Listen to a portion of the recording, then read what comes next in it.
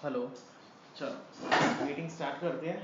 Last class में हमने solid state को थोड़ा सा पढ़ लिया था, उसकी क्लासिफिकेशंस हमने देख ली थी।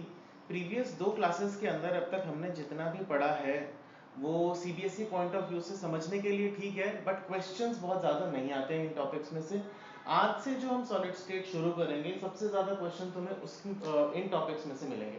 तो जो आप सोच कर चलो कि अब जो मेन चैप्टर है वो आज से शुरू होगा, ठीक है बच्चों। जो हमने पढ़ा था लास्ट क्लास में क्रिस्टल लैटिस और यूनिट सेल के बारे में हमने स्टार्ट किया था, ठीक है। तो आज हम वहीं से कंटिन्यू करेंगे। क्रिस्टल लैटिस, क्रिस्टल लैटिस जैसा कि मैंने तुम्हें बताया था कि क्रिस्टल लैटिस क्या होती हैं। क्रिस्टल लैटिस एग्जैक्टली अगर तुम बात करो तो जो भी क्रिस्टलाइन सॉलिड्स होती हैं उन्हीं को हम क्रिस्टल लैटिस बोलते हैं। क्रिस्टलाइन सॉलिड्स की जो मेन प्रॉपर्टी होती है वो क्या होती है? रेगुलर पैटर्न के अंदर हमारे पार्टिकल्स 3 डायमेंशनल स्पेस में अरेंज होते हैं। क्या प्रॉपर्टी होती है? रेगुलर अरेंजमेंट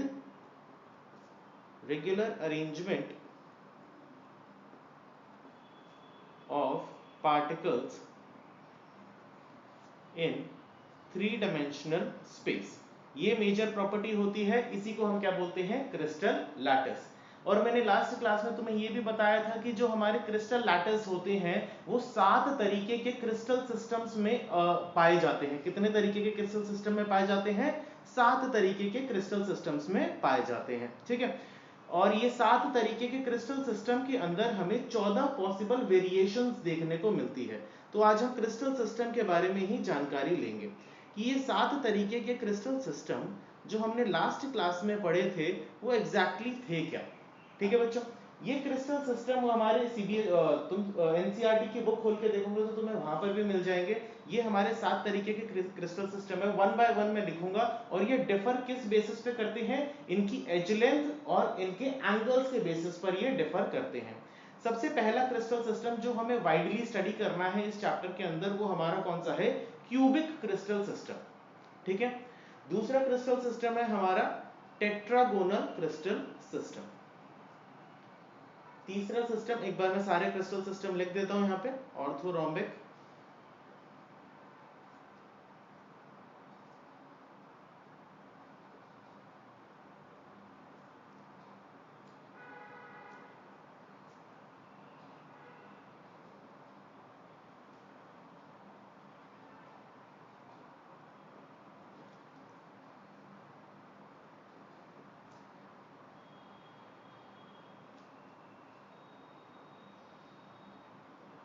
ठीक है।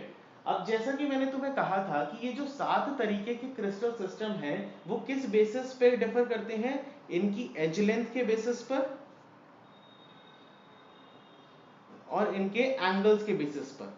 एंगल्स कौन से? जो इनके एजेस के बीच में होते हैं, एंगल्स, ठीक है, angles between the edges.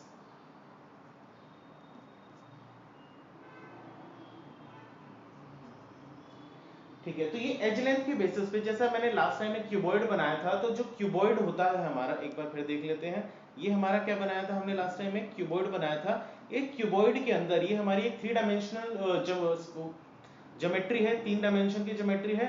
3 dimension के अंदर हमारे पास 3 एक्सेस होती हैं, एक्स एक्सेस, वाई एक्सेस और जेड एक्सेस। इन तीनों एक्सेस को क्यूबॉइड में हम क्या कहते हैं? लेंथ, ब्रेड्थ और हाइट। और इस चैप्टर के अंदर हम जनरली किससे हम डिनोट करेंगे इसे? ए, बी और सी से। किससे डिनोट करेंगे? ए, बी और सी। अब ये जब एज लेंथ, या जब सारी की सारी एज लेंथ जब बराबर हो जाएंगी और जब सारे के सारे एंगल्स जो इनके ऑपोजिट एंगल्स हैं, ऑपोजिट साइड पर जो एंगल्स पाए जाते हैं इनके, जैसे अल्फा, बीटा, गामा, ये जो तुम्हारे एंगल्स हैं, ये सारे के सारे एंगल्स जब बराबर हो जाएंगे तो इस टाइप के क्रिस्टल सिस्टम को हम क्या बोलते हैं? Cubic crystal system. समझ में आया बच्चों? यस और नो एक बार जल्दी जल्दी कमेंट बॉक्स पर डालिएगा। समझ में आया या नहीं आया? एज लेंथ, जब हमारे इस क्यूबॉइड में जब सारी एज लेंथ बराबर हो गई तो क्या हो गया? ये क्यूब हो गया। ज्योमेट्री के पॉइंट ऑफ व्यू से बात करें तो क्या हो गया? ये क्यूब हो गया। तो जब ये सारी की सारी एज लेंथ बराबर हो जाएंगी और ये सारे के सारे एंगल्स इक्वल होंगे, और ये एंगल इक्वल होके किसके बराबर होंगे? 90 डिग्री के बराबर होंगे, तो इस टाइप के क्रिस्टल सिस्टम को हम क्या बोलेंगे? क्यूबिक क्रिस्टल सिस्टम, ठीक है। चलिए आगे चलते हैं। जो टेट्रागोनल क्रिस्टल सिस्टम होता है, इस टेट्रागोनल क्रिस्टल सिस्टम के अंदर जो ए और बी यानी कि जो दो एज लेंथ होती है वो बराबर होती है और थर्ड एज लेंथ इन दोनों से अलग होती है, अनइक्वल होती है। ठीक है बच्चों, लेकिन इसके अंदर भी जो हमारे एंगल्स होते हैं, एंगल बिटवीन द एजेस, ये क्या रहते हैं, बराबर रहते हैं। और किसके बराबर रहते हैं, 90 डिग्री के बराबर रहते हैं। तो ये डिफरेंस होता है क्रिस्टल सिस्टम के अंदर। तो इसी बेसिस के ऊपर ये 7 तरीके के क्रिस्टल सिस्टम हमारे सॉलिड स्टेट में पाए जाते हैं। ऑन द बेसिस ऑफ, ये डिफरेंस किसके बेसिस पे होता है, एज लेंथ के बेसिस पे और एंगल के बेसिस पे। तो अब इसी तरीके से हमें ये तुम्हें ध्यान रखना है। सीबीएसई पॉइंट ऑफ व्यू से तुम्हें एज लेंथ या ये एंगल के ऊपर ज्यादा सवाल, बहुत ही रेयरेस्ट ऑफ रेयर केस है कि तुम्हें सवाल आए, लेकिन जेई मेंस में जनरली कभी कभी ये पूछ लेता है कि बताओ हेक्सागोनल के अंदर एज लेंथ सारी बराबर होंगी, अनइक्वल होगी या नहीं होगी, या एंगल्स के बारे में एक इंफॉर्मेशन ले लेता है जेई मेंस लेवल पे। लेकिन सीबीएसई में इसके ऊपर ज्यादा क्वेश्चन देखने को नहीं मिलते। ठीक है बच्चों, मैं लिख देता हूं। जो ऑर्थोरोम्बिक होता है हमारा, ऑर्थोरोम्बिक के केस के अंदर हमारी जो तीनों एज लेंथ होती है वो क्या होती है, अनइक्वल होती हैं। और जो एंगल्स होते हैं वो क्या होते हैं, बराबर होते हैं। अल्फा बीटा गामा हमारा क्या होता है, बराबर होता है 90 डिग्री के। हेक्सागोनल के केस के अंदर हमारी ए और बी बराबर होती है, दो एज लेंथ बराबर होती है, थर्ड लेंथ अनइक्वल होती है। तो टेट्रागोनल जैसा हो जाएगा, नहीं बिल्कुल भी नहीं होगा। टेट्रागोनल का अपना है, हेक्सागोनल का अपना है। यहां पर तुम्हें एंगल सारे इक्वल देखने को मिलेंगे, लेकिन हेक्सागोनल के अंदर तुम्हें अल्फा और बीटा बराबर देखने को मिलेगा, और जो तुम्हारा गामा होगा वो अलग होगा। ठीक है, तो हर जो क्रिस्टल सिस्टम है कहीं ना कहीं एक दूसरे से अलग होगा on the basis of their edge length और एंगल। चलिए आगे चलते हैं। रोम्बोहेड्रल, रोम्बोहेड्रल के अंदर सारी जो एज लेंथ्स होती हैं वो बराबर होती है, और जो सारे एंगल्स होते हैं वो बराबर होते हैं। लेकिन ये सारे के सारे एंगल्स 90 डिग्री नहीं होते, अलग एंगल्स होते हैं। It may be any angle, या तो 100 होंगे तो मान लो सारे तीनों 100 हो जाएंगे, कुछ भी होंगे तो अलग अलग एंगल्स इसके अंदर पाए जाते हैं। 90 के अलावा बाकी कोई भी वैल्यू हो सकती है। ठीक है, मोनोक्लिनिक की बात करें तो मोनोक्लिनिक के अंदर हमारी जो एज लेंथ्स होती हैं वो अनइक्वल होती हैं, और जो एंगल्स होते हैं अल्फा गामा के बराबर होता है विच इज इक्वल टू 90 डिग्री, और जो बीटा होता है वो 120 नहीं होता, it can be anything other than 120। In short अगर बात करूं तो दो एंगल्स हमारे बराबर होते हैं, थर्ड एंगल अलग होता है। ठीक है, ट्राइक्लिनिक के केस के अंदर हमारी तीनों एज लेंथ अनइक्वल होती हैं और तीनों एंगल भी अनइक्वल पाए जाते हैं। एक बार ये क्रिस्टल सिस्टम मैंने टेबल बना दी है, हालांकि इस टेबल से रिलेटेड सीबीएसई में क्वेश्चन आने के चांसेस बहुत कम होते हैं। बस समझने के लिए तुम्हें पता होना चाहिए कि जो सॉलिड स्टेट है वो 7 टाइप के क्रिस्टल सिस्टम में हमें पाए जाते हैं, और ये 7 टाइप के क्रिस्टल सिस्टम किस बेसिस पर डिफर करते हैं, on the basis of their edge length and angle between the edges. इतना समझ में आ गया तो एक बार मुझे चैट बॉक्स पे लिख दो, फिर उसके बाद मैं वेरिएशंस के बारे में बताऊंगा कि ये 14 पॉसिबल वेरिएशंस कहां देखने को मिलती हैं। जल्दी जल्दी बच्चों, एक बार इतना पॉइंट समझ में आ गया तो जल्दी जल्दी लिखो। किस बेसिस पे डिफर होते हैं ये, on the basis of their edge length and angle between the edges. चलो बहुत अच्छी बात है, क्रिस्टल क्लियर। चलो आगे देखते हैं। अब मैंने तुम्हें बताया था कि इन 7 क्रिस्टल सिस्टम के अंदर 14 पॉसिबल वेरिएशंस पाई जाती हैं। अब ये पॉसिबल वेरिएशंस क्या हैं उसके बारे में बात करते हैं। देखिए बच्चों, जो एक जैसे क्यूबिक क्रिस्टल सिस्टम की मैंने बात करी, तो ये जो क्यूबिक क्रिस्टल सिस्टम है 3 टाइप की वेरिएशंस होती हैं इसके अंदर। एक होती है हमारी प्रिमिटिव, दूसरी होती है हमारी बॉडी सेंटर में बी से रिप्रेजेंट कर रहा हूं जिसे, और तीसरी होती है हमारी फेस सेंटर। ये क्या होती है इसके बारे में मैं अभी थोड़ी देर बाद डिस्कस करूंगा। बस ये चीज समझ लीजिए कि ये 3 पॉसिबल वेरिएशन इस क्रिस्टल सिस्टम में पाई जाती है। First one is primitive, second one is body centre and third one is face centre. समझ में आ गई या नहीं आ गई? आई होप समझ में आ गई होगी। एक बार मैं बाकियों के लिए भी लिख देता हूं। टेट्रागोनल के केस के अंदर जो हमें पाई जाती, जो वेरिएशंस हमारी पाई जाती हैं वो कौन सी होती है, प्रिमिटिव होती है और बॉडी सेंटर होती है। ठीक है, ऑर्थोरोम्बिक के केस के अंदर हमारी primitive, body centre, face centre और एंड सेंटर, 4 टाइप की वेरिएशंस हमारी पाई जाती हैं। ये मैं वेरिएशंस लिख रहा हूं यहां पे।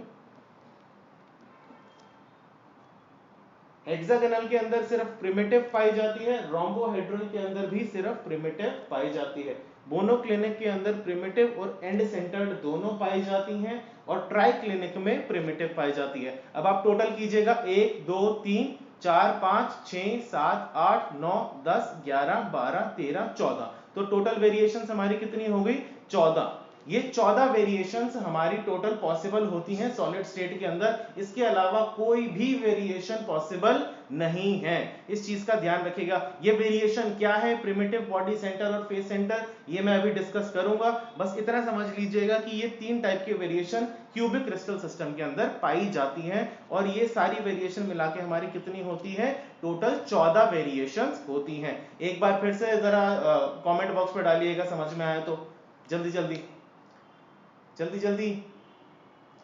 14 वेरिएशंस हैं हमारी 7 क्रिस्टल सिस्टम की, ठीक है। अब यहां पर एक चीज ध्यान रखिएगा, इस चैप्टर के अंदर जिस क्रिस्टल सिस्टम की हमें बात करनी है वो है सिर्फ क्यूबिक, तो हमें इस चैप्टर के अंदर बाकी क्रिस्टल सिस्टम नहीं पढ़ने। कौन सा क्रिस्टल सिस्टम पढ़ना है? क्यूबिक पढ़ना है, और थोड़ा सा हेक्सागोनल की इंफॉर्मेशन लेनी है, उससे ज्यादा कुछ नहीं करना, ठीक है बच्चों। हमें पढ़ना कौन सा है जो सीबीएसई पॉइंट ऑफ व्यू से इंपॉर्टेंट है?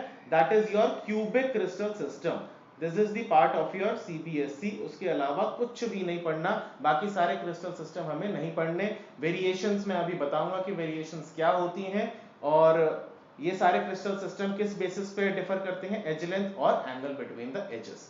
चलो बहुत अच्छी बात है, क्लियर हो गया, समझ में आ गया। अब मैं इन वेरिएशंस के बारे में बात करता हूं कि आखिरकार ये वेरिएशंस होती क्या हैं, और ये किस खेत से निकली है, आखिरकार क्या रोल होता है, क्यों बनी है, क्यों एग्जैक्टली हम इसके बारे में बात करते हैं। चलिए सबसे पहले हम स्टार्ट करेंगे प्रिमिटिव। सबसे पहले हम स्टार्ट करेंगे प्रिमिटिव। अच्छा, अब यहां से एक चीज मैं पहले क्लियर कर देता हूं, प्रिमिटिव में स्टार्ट कर रहा हूं, लेकिन प्रिमिटिव मैं किसके लिए बताऊंगा? सिर्फ क्यूबिक के लिए बताऊंगा, क्योंकि हमें पढ़ना कौन सा क्रिस्टल सिस्टम है? सिर्फ क्यूबिक पढ़ना है, ठीक है। तो हम कौन सा शुरू कर रहे हैं? Primitive cubic unit cell. कौन सा शुरू करेंगे? Primitive cubic unit cell. Primitive cubic unit cell देख लीजिएगा। अब प्रिमिटिव क्यूबिक यूनिट सेल को स्टार्ट करने से पहले तुमने यहां पर एक टर्मिनोलॉजी देखी, यूनिट सेल। अब ये यूनिट सेल किस चिड़िया का नाम है, उससे पहले हम एक बार ये डिस्कस कर लेते हैं। ये बहुत इंपॉर्टेंट है, यूनिट सेल एक बार समझ में आ गया तो फिर उसके बाद दिक्कत नहीं आएगी, वरना एक डेफिनेशन पॉइंट ऑफ व्यू से बच्चों को यहाँ पे हमेशा दिक्कत रहती है कि यूनिट सेल क्या है, क्रिस्टल लैटिस क्या है, और ये definition point of view generally CBSE पूछ लेता है और बच्चे गलत कर देते हैं। ध्यान से सुनो, यूनिट सेल किसकी चीज के बारे में बात कर रहे हैं? जैसा कि मैंने ऊपर लिखा कि क्रिस्टल लैटिस जो है ये रेगुलर अरेंजमेंट होता है पार्टिकल्स का 3 डायमेंशनल स्पेस में। होता है कि नहीं होता? यानी कि जैसे मैंने एक पैटर्न पिछली क्लास के अंदर बनाया था कि अगर एक यहाँ पर एक टाइप का पार्टिकल इस तरीके से मौजूद है, दूसरे टाइप का इस तरीके से, तो एक ऑल्टरनेट पैटर्न तुम्हें यहाँ पे देखने को मिलेगा। तो ये क्या हो गया? एक रेगुलर पैटर्न हो गया, एक यूनिफॉर्म पैटर्न हो गया। एक पार्टिकल फर्स्ट पोजीशन पे है तो फिर वो थर्ड पे पाया जाएगा, एंड देन फिफ्थ पे पाया जाएगा। इस तरीके से एक पैटर्न में वो पार्टिकल्स पाए जा रहे हैं, ठीक है। तो यूनिट सेल किसके बारे में बात करें? यूनिट सेल जो कहता है कि ये जो पैटर्न रिपीट होता है ना, ये पैटर्न, अब मैं पार्टिकल की बात नहीं करूंगा, इस पैटर्न के अंदर, इस पूरे सॉलिड स्टेट के अंदर एक ऐसा 3 डायमेंशनल स्पेस होता है जो रिपीटेडली बार बार रिपीट होता है। मतलब एक ही चीज बार बार रिपीट होती है, अभी आएगी एंड देन वही देखने को मिलेगी, एंड देन दोबारा वही देखने को मिलेगी। ये 3 डायमेंशनल क्या होती है? ज्योमेट्री होती है, ना कि कोई पार्टिकल। बात समझ में आई या नहीं है? एक 3 डायमेंशनल ज्योमेट्री जो बार बार रिपीट होती है, उसको हम क्या बोलते हैं? Unit cell. कोई भी डाउट यहां पे एक बार चैट बॉक्स पे लिखिएगा अगर कोई डाउट है तो। It is the smallest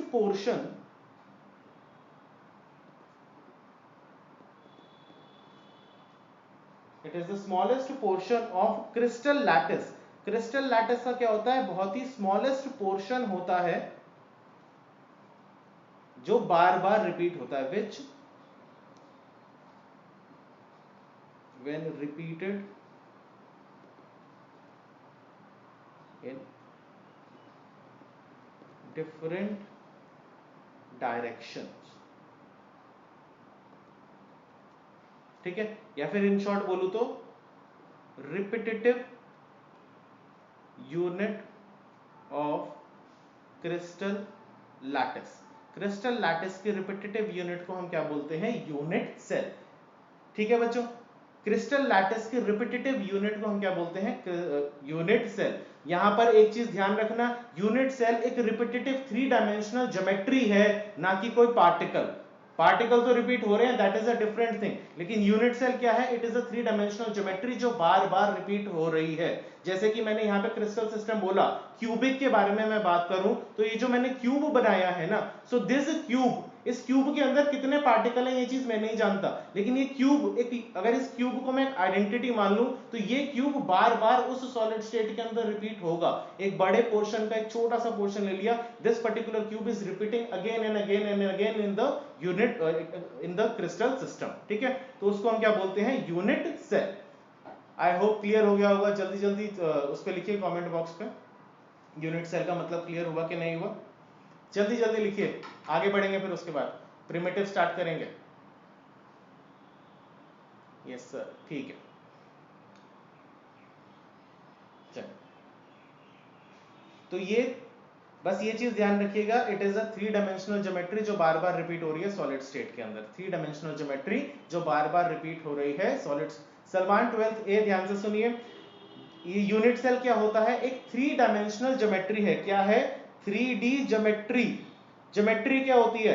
it can B sphere, it can B cylinder, it can B cube, it can B hexagon, कुछ भी हो सकती है। ठीक है, तो ये एक 3 डायमेंशनल ज्योमेट्री है जो बार बार रिपीट होती है सॉलिड स्टेट के अंदर। अब इस 3 डायमेंशनल ज्योमेट्री, मान लो मैंने क्यूब ले लिया, तो इस क्यूब के अंदर कितने पार्टिकल्स हैं ये मैं नहीं जानता, बट जितने भी होंगे, मान लो अगर 3 पार्टिकल हैं उसके अंदर, उस क्यूब के अंदर, तो वो 3 पार्टिकल, उस क्यूब की जो आइडेंटिटी होगी वो बार बार रिपीट होती जाएगी। एक क्यूब दिखेगा एंड देन दूसरा क्यूब एंड देन तीसरा क्यूब, उसी पैटर्न के अंदर वो बार बार रिपीट होगा सॉलिड स्टेट के अंदर।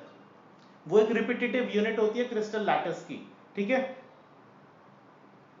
पार्टिकल्स की बात नहीं कर रहा हूं, यूनिट सेल को पार्टिकल से रिलेट मत करना। एक यूनिट सेल के अंदर कितने भी पार्टिकल्स हो सकते हैं, बस ये एक ज्योमेट्री है। आगे चलते हैं, अगर अभी क्लियर नहीं हुआ तो जब प्रिमिटिव करेंगे तो उससे और ज्यादा क्लियर हो जाएगा। चलिए, वॉइस इज लो, बेटा अपना थोड़ा सा वॉल्यूम बढ़ा लीजिए अगर वॉइस लो है तो। वॉइस लो है तो वॉल्यूम बढ़ा लीजिएगा।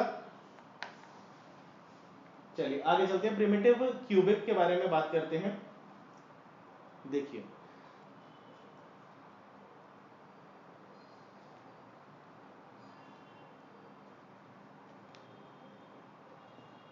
वॉइस लो है तो वॉल्यूम बढ़ा लीजिएगा। आगे चलते हैं हम, यहां पे ध्यान दीजिए। हाँ, ये हमने क्या बनाया? एक यूनिट सेल बनाया, एक क्यूबिक यूनिट सेल। नाम से क्लियर है, क्यूब, क्यूबिक यूनिट सेल। ठीक है, क्यूबिक यूनिट सेल। अब ये यूनिट सेल बार बार रिपीट होगा हमारे क्रिस्टल लैटिस के अंदर। अब इस यूनिट सेल के अंदर कितने पार्टिकल्स पॉसिबल है? प्रिमिटिव के केस के अंदर जो पार्टिकल्स होते हैं वो कौन सी पोजीशन पे लाई करते हैं? हमारे कॉर्नर्स पे लाई करते हैं। ध्यान रखिएगा, पार्टिकल कहां पर लाई करते हैं? Particle present at the corner of cubic unit cell। ठीक है, कॉर्नर्स पर लाई करते हैं, क्लियरली लिख रहा हूं, कहां पर लाई करते हैं? कॉर्नर पे। अब ये 3 डायमेंशनल ज्योमेट्री है जिसको मैं पेपर पे बना रहा हूं, तो थोड़ी सी दिक्कत आ सकती है। इसको सबसे पहले अगर तुम्हें इमेजिन करना है तो अपने रूम को इमेजिन करो जहां पर तुम बैठे हो। किसको इमेजिन करो? अपने रूम को। रूम को इमेजिन करोगे, वहां पे तुम देखोगे कि एक रूम की हाइट वाली लाइन दिखाई देगी तुम्हें, और एक रूम की ब्रेड्थ वाली, और एक रूम की लेंथ वाली। ये 3 टाइप की लाइन दिखाई देंगी 3 डिफरेंट एक्सिस पे। ठीक है, इसी तरीके से जो रूम है तुम्हारा। अब रूम के यहां पे मैंने क्या लिखा है? कहां पर एग्जिस्ट करते हैं? हमारे कॉर्नर्स पर एग्जिस्ट करते हैं पार्टिकल्स। अब देखो ये कॉर्नर्स एग्जैक्टली कहां होते हैं? अगर क्यूबिकल रूम के अंदर तुम बैठे हो तो जब तुम मुंडी ऊपर करोगे, अपना सर ऊपर करोगे, तो देखोगे ऊपर तुम्हारी छत है। ठीक है, छत के ये 4 कॉर्नर्स दिखाई देंगे तुम्हें, दिखाई दे रहे हैं? 1 2 3 and 4, these are the 4 corners. ये तुम्हारी छत के कॉर्नर्स होंगे, बिल्कुल जहां पर तीनों एक्सिस मिलती हैं। इसको हम क्या बोलते हैं? कॉर्नर्स। ठीक है, ये कॉर्नर्स पर तुम्हें ये छत के ऊपर 4 कॉर्नर्स दिखाई देंगे, 1 2 3 एंड 4। ठीक है, नेक्स्ट अब बात करते हैं, जो तुम जिस जमीन के ऊपर बैठे होंगे, जिस जमीन को देखोगे, तो जमीन पर भी तुम्हें जहां पे 3 एक्सेस मिलेंगी उस पे 4 कॉर्नर्स दिखाई देंगे, 1 2 3 एंड 4। ये एक 2D पेज होता है, तो 2D के ऊपर 3D समझाना थोड़ी दिक्कत होती है। तुम जिस रूम में बैठे होंगे उस रूम को एक बार अपने आंखों से देखोगे तो समझ में आ जाएगा कि कॉर्नर्स किसे कहते हैं, ठीक है। ये हमारे क्या होते हैं, एक क्यूबिक सिस्टम के अंदर 4 कॉर्नर हमारे छत पे और 4 कॉर्नर हमारे जमीन पर पाए जाते हैं। तो यहां पर तुम्हें कितने कॉर्नर मिलेंगे, टोटल 8 कॉर्नर मिलेंगे। तो एक पार्टिकल तुम्हारा इस कॉर्नर पे मिलेगा, एक पार्टिकल इस कॉर्नर पे मिलेगा, एक पार्टिकल इस कॉर्नर पे, एक पार्टिकल इस कॉर्नर पे, 4 ऊपर वाले कॉर्नर पे और उसी तरीके से 4 नीचे वाले कॉर्नर पे। पार्टिकल्स कहां प्रेजेंट होते हैं, at the corner of cubic unit cell. ये हमारा प्रिमिटिव के लिए। यहां तक समझ में आया? एक बार मेरे को यस सर लिख के भेजो जल्दी से, फिर आगे बढ़ेंगे। पार्टिकल्स कहां पे मौजूद है, तुम्हारे कॉर्नर्स पर मौजूद है।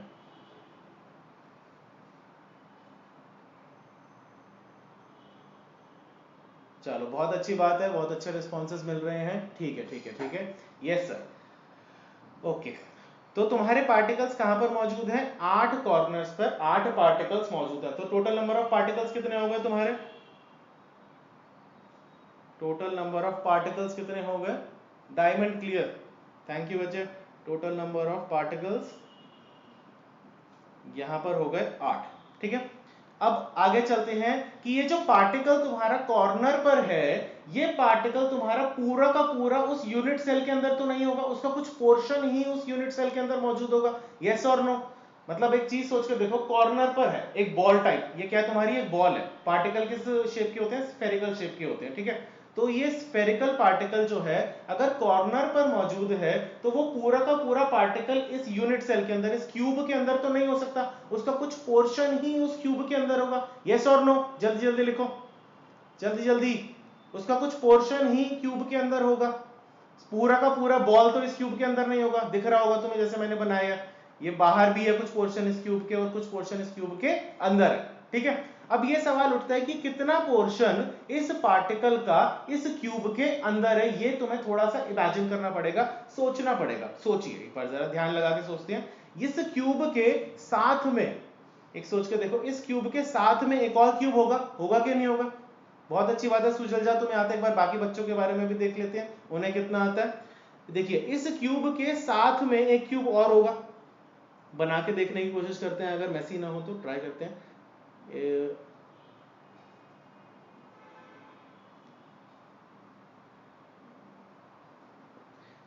अब मैं इस पार्टिकल की बात कर रहा हूं, इसके बारे में हम बात करेंगे कि इसका कितना पोर्शन, जितना इसका होगा बाकी सबका भी उतना ही पोर्शन होगा, ठीक है। इस क्यूब के साथ में एक क्यूब हो रहा है, तो ये क्यूब इस क्यूब के अंदर भी प्रेजेंट है कि नहीं है? थोड़ा सा इस क्यूब के पीछे वाली साइड पे, इसके पीछे वाली साइड पे, यानी कि इस साइड पे भी एक क्यूब होगा। एरो से बना देता हूं, ये क्यूब्स आप लेके अगर घर पे ट्राई कर सकते हो तो वहां पे और अच्छे से समझ में आएगा। इस क्यूब के पीछे एक क्यूब और होगा और इस क्यूब के पीछे भी एक क्यूब और होगा। तो ये जो पार्टिकल है इस क्यूब में, इस क्यूब में, इसके पीछे वाले क्यूब में और इसके पीछे वाले क्यूब में, 4 डिफरेंट क्यूब्स में भी मौजूद होगा, होगा कि नहीं होगा, यस और नो? ध्यान से देखिए, एक ये वाला पार्टिकल इस क्यूब में भी होगा, इस क्यूब में भी होगा, इसके पीछे जो एक क्यूब होगा उसमें भी होगा और इस क्यूब के पीछे जो क्यूब होगा उसमें भी होगा। इन चारों क्यूब के अंदर मौजूद होगा। जल्दी जल्दी कमेंट बॉक्स में लिखिए यस और नो। चारों क्यूब में मौजूद होगा, एक क्यूब ये, एक क्यूब ये, इसके पीछे वाला एक क्यूब और इसके पीछे वाला एक क्यूब, टोटल 4 क्यूब होंगे, ठीक है। 4 क्यूब ये इस वाले पे होंगे और 4 क्यूब एग्जैक्टली इसके ऊपर भी होंगे। ध्यान से सुनिएगा, ये 4 क्यूब है अगर तुम्हें दिखाई दे रहे हैं, ठीक है। एक क्यूब यहां पे, एक क्यूब यहां पे, 1 2, इट्स लाइक 1 2 3 एंड 4। ये 4 में अगर एक पार्टिकल हमारा मौजूद है तो 4 जो एग्जैक्टली इसके ऊपर होंगे उसके ऊपर भी तो मौजूद होगा कि नहीं होगा? हाँ हर्ष, ठीक है, दोबारा बोलते हैं, एक बार ध्यान से सुनिएगा। एक बार मेरे शब्दों को ध्यान से सुनिए, अपने ईयरफोन्स को कान के अंदर बिल्कुल घुसेड़ लीजिए, समझ में ना आए बार बार पूछिए, सब बताएंगे, कोई दिक्कत नहीं है। इस पार्टिकल के बारे में बात करते हैं। ये जो पार्टिकल है इस क्यूब के अंदर मौजूद है, ठीक है। फर्स्ट, ये हमारा क्या हो गया, फर्स्ट क्यूब, ठीक है, एक इस क्यूब के अंदर मौजूद है, ठीक है। दूसरा, यही वाला पार्टिकल जिसके बारे में हम स्टडी कर रहे हैं, यही वाला पार्टिकल इस क्यूब के अंदर भी मौजूद होगा कुछ पोर्शन इसका। अपने रूम को इमेजिन करिए, रूम के एक कॉर्नर को पकड़िए और ये इमेजिन करिए कि उस कॉर्नर पर हमारा एक पार्टिकल मौजूद है। तो वो पार्टिकल, उस कॉर्नर का, उस पार्टिकल का कुछ हिस्सा तुम्हारे रूम के अंदर होगा, उसके साथ वाले रूम में भी होगा, ठीक है, उसके इसके पीछे वाले, एग्जैक्टली पीछे वाले रूम में भी होगा कि नहीं होगा, और एग्जैक्टली इसके पीछे वाले रूम में भी होगा। तो 4 डिफरेंट रूम्स के अंदर ये पार्टिकल बटा हुआ होगा, है कि नहीं? 4 यहां पर बटे हुए होंगे और 4 इसी लेंथ के अक्रॉस जो ऊपर क्यूब बनेंगे एग्जैक्टली उन चारों क्यूब के अंदर भी ये पार्टिकल बटा हुआ होगा। तो टोटल नंबर ऑफ क्यूब्स कितने हो जाएंगे जिसमें ये पार्टिकल बटा होगा? 8। टोटल 8 क्यूब्स के अंदर, 8 कमरों के अंदर ये पार्टिकल बटा हुआ होगा। एग्जैक्टली पार्टिकल 8 रूम्स में होगा। बिल्कुल सही नितिन, समझ में आ गई? यस और नो? जल्दी जल्दी लिखिएगा। टोटल कितने रूम्स में ये बटा होगा? 8 रूम्स में ये बटा हुआ होगा। यस सर, बहुत बढ़िया हर्ष। चलिए आगे चलते हैं। टोटल नंबर ऑफ पार्टिकल्स हमारे, अब हमने ये वाला स्टडी किया, ठीक है, इस पार्टिकल को 8 रूम में अगर हमारा बटा हुआ है, यस सर, ठीक है।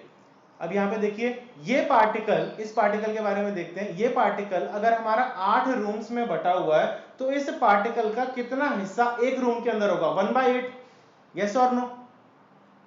कितना हिस्सा इस रूम में होगा? 1/8 होगा कि नहीं होगा? जल्दी जल्दी। टोटल नंबर ऑफ पार्टिकल यहां पे कितनी?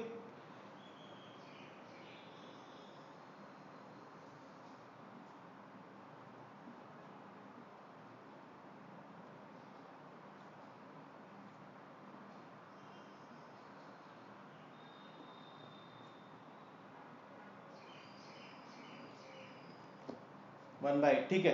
तो अब यहां पे ध्यान से देखिए, हमारा 1/8 पार्टिकल का 1/8 पोर्शन एक क्यूब के अंदर है।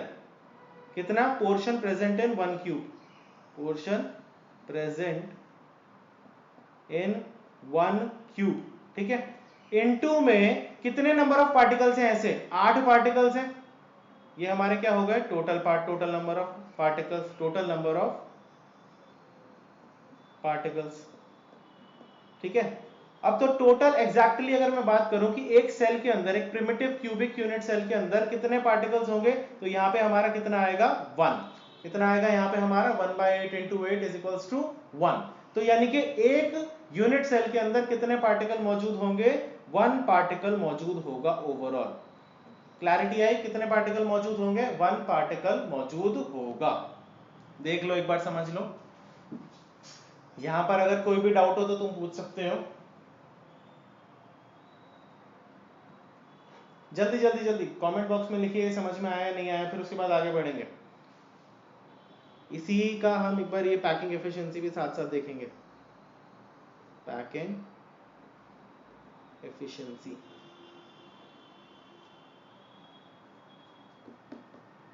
चलो देखते हैं आगे। टोटल पार्टिकल्स कितने हो गए इस क्यूबिक सेल के अंदर? एक पार्टिकल हो गया। अब पैकिंग एफिशिएंसी के बारे में बात करते हैं थोड़ी सी।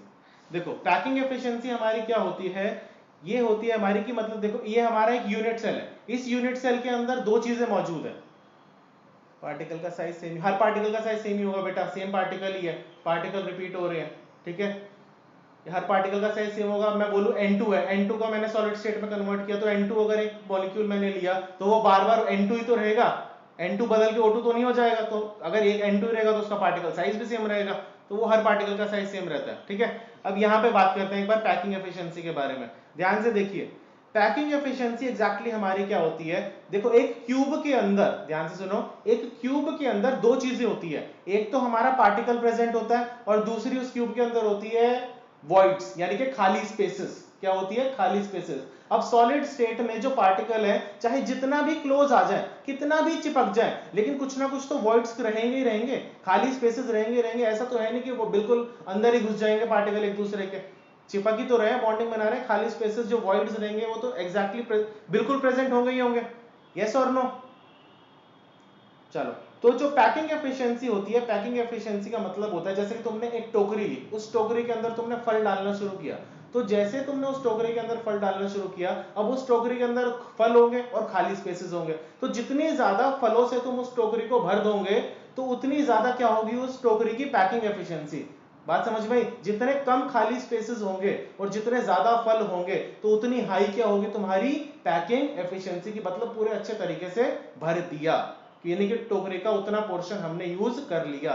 तो इस यूनिट सेल का ये पैकिंग फ्रैक्शन के बारे में बात करूं तो या पैकिंग एफिशिएंसी के बारे में बात करूं तो जो यूनिट सेल का कितना पोर्शन हमने पार्टिकल्स से भर दिया वो क्या रिप्रेजेंट करता है, उसकी पैकिंग एफिशिएंसी। क्लैरिटी आई या नहीं आई? पैकिंग एफिशिएंसी हमारी क्या होती है, number of particles in a unit cell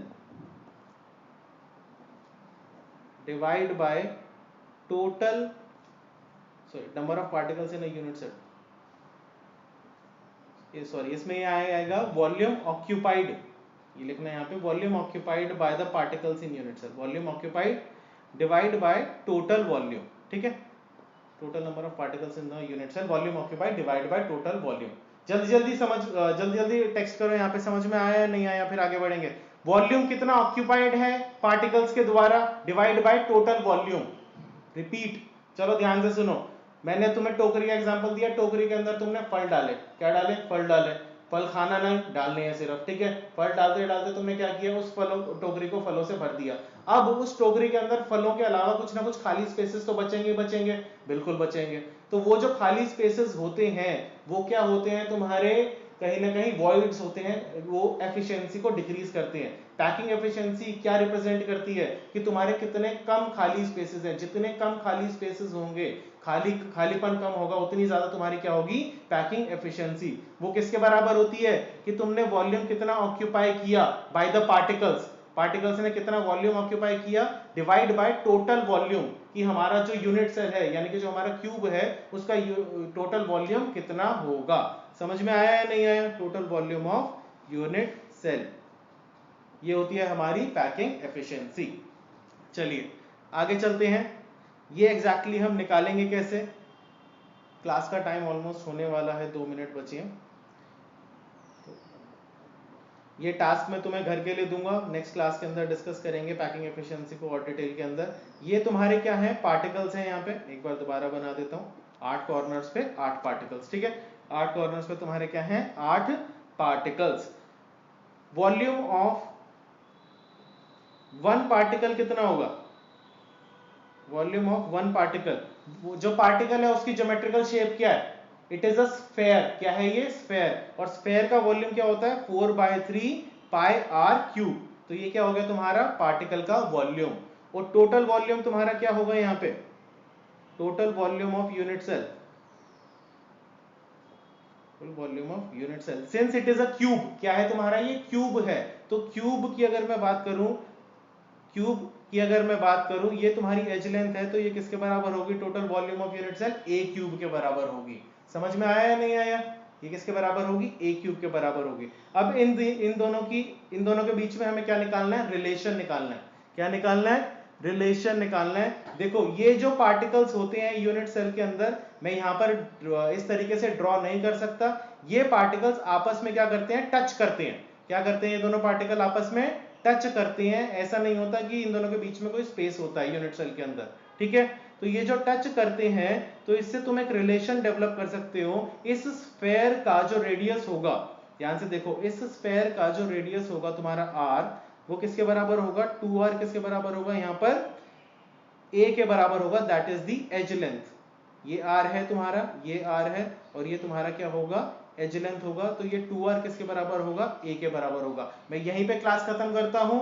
इस 2r को जब तुम a के बराबर करोगे, यहां पर कोई भी वैल्यू को सब्स्टिट्यूट करना और इस फॉर्मूले के अंदर पुट करना, और मुझे बताना नेक्स्ट क्लास के अंदर कि तुम्हारी पैकिंग एफिशिएंसी कितनी आई। समझ में आया बच्चों,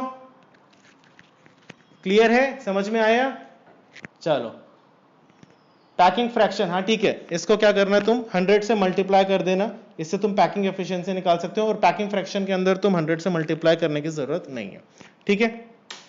आई होप समझ में आ गया।